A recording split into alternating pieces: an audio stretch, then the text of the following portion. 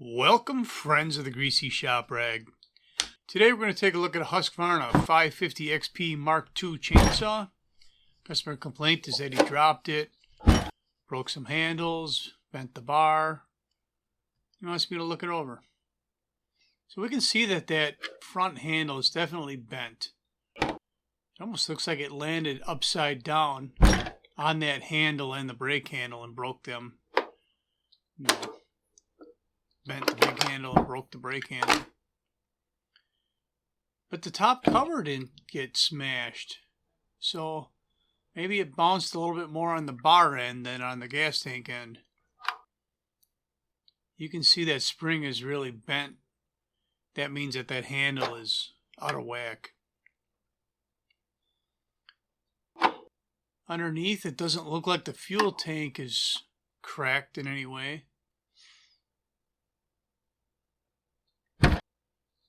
And what about the bar? We'll get this bar off here and take a closer look. And this saw is not that old at all. It's kind of a bummer when someone buys a new saw and drops it right away. Looks like the side cover's alright. That's good news. Get this chain out of the way. Yeah, I never hooked this up to the computer, so I don't know how many hours are on it, but it's not much. So if this bar is bent, it's not bent very much. And I think he said he was going to use it for his stumping bar, which is fine, whatever. I don't really see... I guess there's a little bit of a bowl in it. I don't know if that would stop most of us from using it. But if he wants an extra bar, we'll put a different bar on there for him. Alright. So far it looks like a brake handle, front handle, and a bar. I don't really see anything else that's jacked up. So to replace this front handle, there's going to be 2 screws down here going into the gas tank and 2 screws on the bottom that go into the gas tank. Now look at the length of the bottom screws. They're short. Don't mix those up. If you put the long screw in the bottom, it's going to poke up deep through that fuel tank and maybe even hit the bottom of the oil tank in the crankcase. And that would lead to eventually wearing a hole through that crankcase. That would be a mess.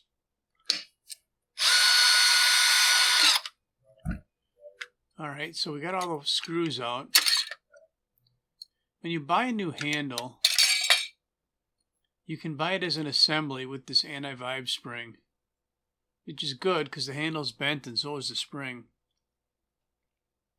Could the handle be straightened? It could. It usually takes a lot of time though. Trying to get it bent just right. Bolt it back on. You don't get it right. Take it off. Try again. Here's your part number for your handle with the anti-vibe spring. We got to get this sticker off of here. They have the screws taped in a bag here in the cellophane. I don't really like it when they ship them this way. It just adds more time to the repair. There's our screws.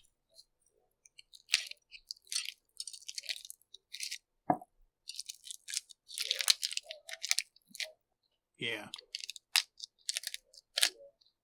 We still got our bag taped on there. Now I guess I could leave it like that, but you know, there's all kinds of tape and gum on there. As soon as this thing, as soon as it gets dirty, the dirt's gonna stick to that gum and glue. And the guy's gonna be able to see that I didn't clean it up. So I will clean it up. I think we're using Goof Off in this situation. It seems to work all right for loosening up glue.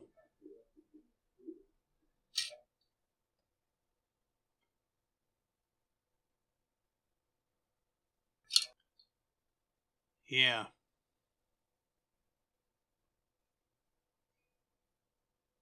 I mean, I think I edited some of this out of here, but I probably wasted 5 minutes cleaning this stupid handle. And I had to suffer through cleaning it, so I'm kind of letting you suffer through watching me.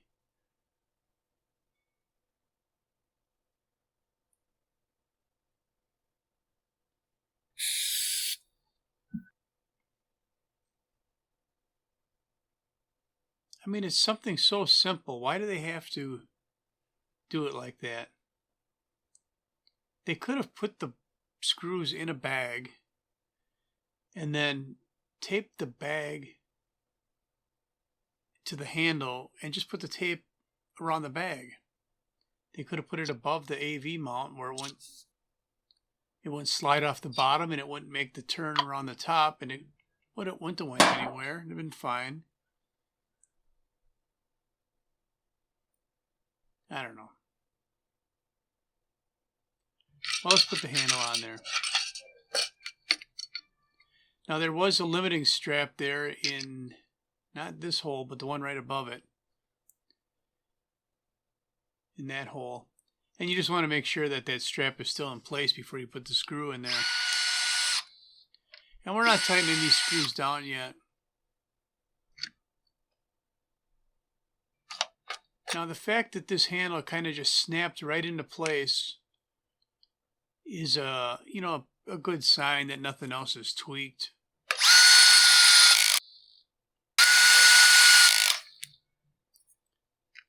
All right, we got the short screws tightened up. Now let's get that screw for the anti-vibe spring. That screw is already in the spring. It ships that way. And it looks like it's threading into the cylinder pretty good.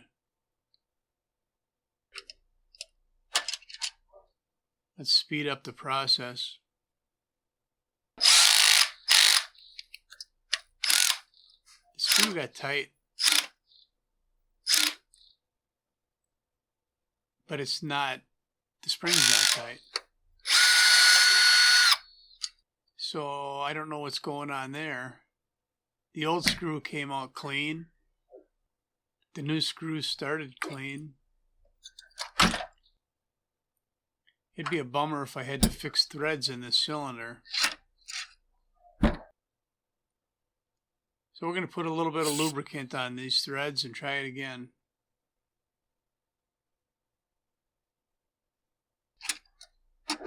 Definitely going to run it in by hand. Yeah, I mean, it's starting good.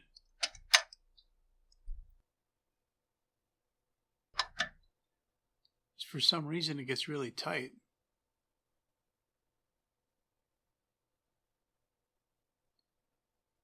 All right, did it tighten up our spring? Yeah. Good deal. So we'll finish the last two fuel tank screws. That looks better. The saw is sitting straight, symmetrical. It's not all wonky like it was before. So let's do the brake handle. The brake handle uses these special shouldered screws.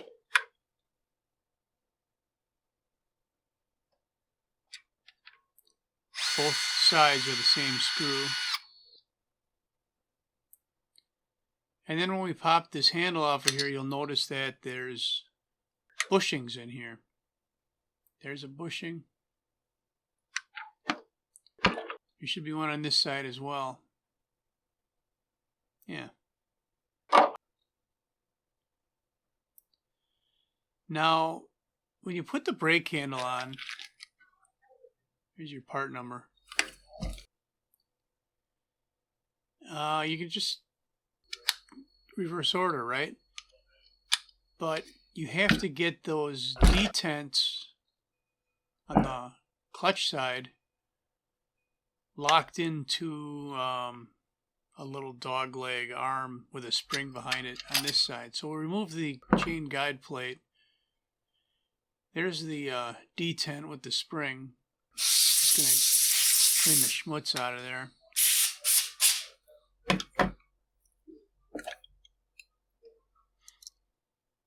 And you can see it's spring loaded. Be careful, that can pop out of there. Now, sometimes you can get lucky and do this with the chain guide plate in place. It's just one screw for that plate. This makes it so much easier. So we kind of line it up and then just drop the handle over the two studs. We're not quite on this one yet. If we're going to collapse that lever against the spring, there we go. So that's what gives the handle its feel, and it kind of locates it.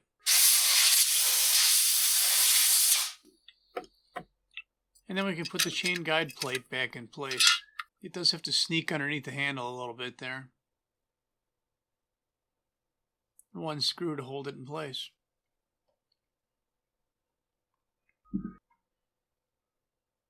Alright, that looks good. Put our shouldered bolt in here.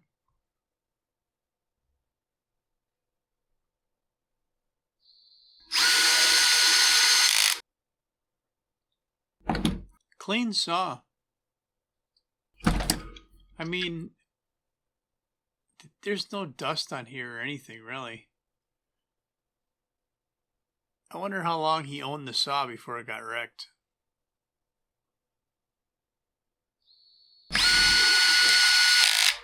Probably made him sick.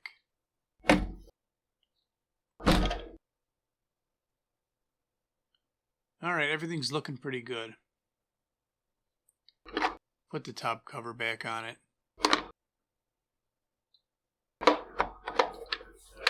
Yeah, that cover didn't suffer at all. There's no cracks or anything in it. So now he said he wanted a new bar because he bent the old one and he was going to use this one for a stumping bar. Now this bar is the exact same specs, a 325 50 gauge 72 driver small mount bar, but it's a little different style Husqvarna, and I'll show you that in a minute. We're just double checking the sizing here.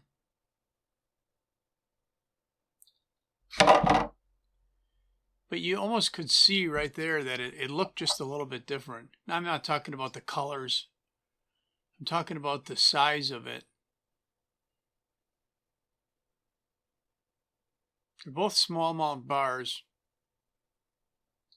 They're both 72 drivers.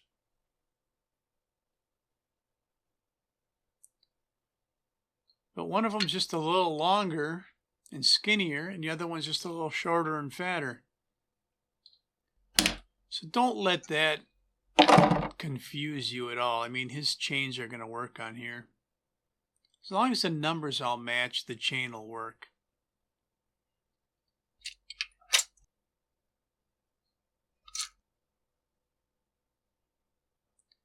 Alright, we'll just bar this thing up.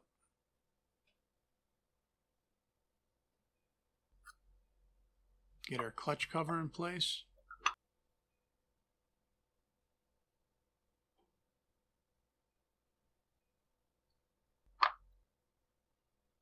I suppose this bar is a little shorter. Not sure why I had to loosen a tensioner screw. Or I got that backwards.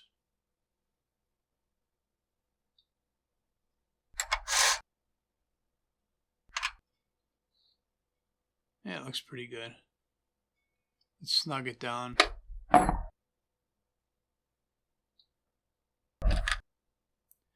Alright, well, I'm just going to fire this thing up, make sure the chain brake works, make sure it runs. And if it does, then that's all I'm going to have for you on the Husqvarna 550XP Mark II chainsaw that fell out of a tree and broke some handles. Thanks for watching. Later.